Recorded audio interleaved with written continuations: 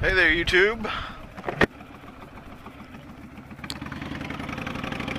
Another lovely Sunday afternoon. And today is Father's Day. So happy Father's Day to all you dads out there.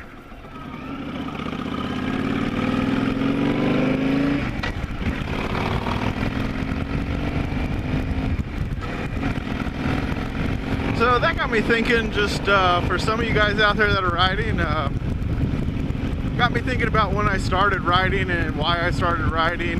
And for me, it was my dad. He always had motorcycles growing up. Never had a Harley, but he always had two wheels. I mean, I always remember it didn't matter if it was an old 1980 Honda Magna. He actually had a few Magnas or Yamahas, or which now he rides the VTX 1800.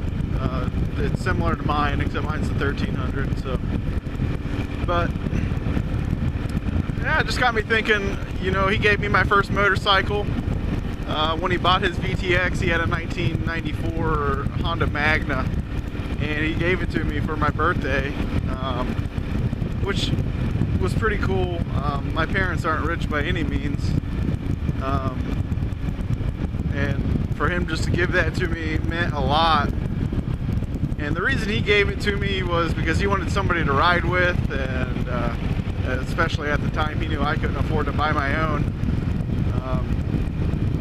So I did keep that for a couple years until I became a dad. Actually, it's funny how that works out.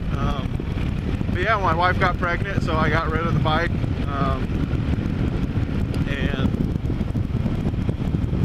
so yeah, I was just reflecting on Father's Day, and I was just curious about how you guys got started riding. Is it just something that you picked up? Was it a buddy?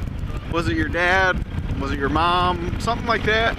Just what got you started to ride? Whether my fellow vloggers out there want to do a video and talk about it, or just reply in my comment section. You know, it's something I'm really grateful for. I've talked about how I've had that fear of riding and haven't always rode. Even when I bought this bike here, you know, the first 3 years I put minimal miles on it, and then last year started riding more, and then definitely started riding more this year. So I just like hearing stories like that. It's interesting what your first bike was or anything like that.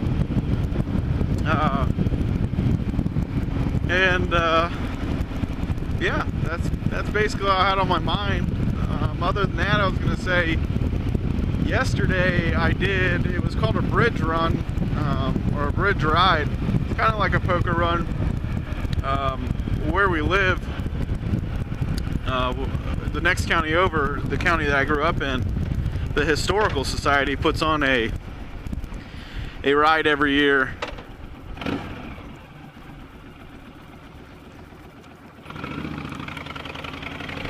And they go through the old covered bridges throughout the whole county. It was a good ride. I was gonna film it. Honestly, it was so hot yesterday, and it's really hot today. I am sweating a lot in this helmet, but I wanted to get a vlog in on Father's Day weekend. It's been great weather. It just gets a little warm, and I will say, yesterday I started out with the skull cap, and 20 miles into it I actually took that off too, and I went ahead and risked it and rode quote unquote dirty, and it was awesome. It was a great ride. A lot of bikes, probably 300 or so bikes. They actually split it up into two groups, and yeah, it was just some beautiful scenery.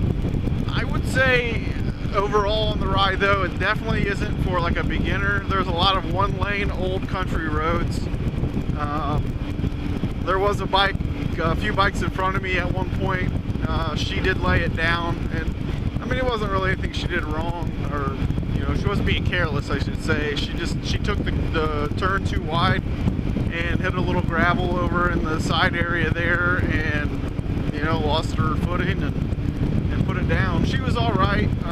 A couple of us stopped. You know, I think it was just her pride that was damaged a little bit, but whose wouldn't be? But I give her props. She got back up and she finished the ride, no problem. And then I guess in the first group, the one thing that they did tell us before we left, these old covered bridges, they have like a 2-foot section in the middle that's down, and then they have like a 3.5-foot section of planks on each side. And they said, you know, pick a plank, or if you want to ride through the middle, go ahead and ride through the middle. But they said if you're on the planks and you fall down into the middle, don't try to come back up on the plank. You'll drop the bike every time because the good, you know, 2.5, 3-inch difference. And in the first bridge was literally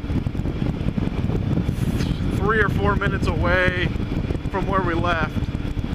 And somebody in the first group on the first bridge did exactly what they said not to. Went down in the middle, tried to bring it back up, and dropped their bike. So I think it's definitely for people with a little more experience. I mean, I encourage anybody to ride, but you also gotta know what you're capable of doing, and you have to be confident in your ability to ride, especially when you have 300 other riders around you, because you're not only affecting your own safety, but everybody else's safety.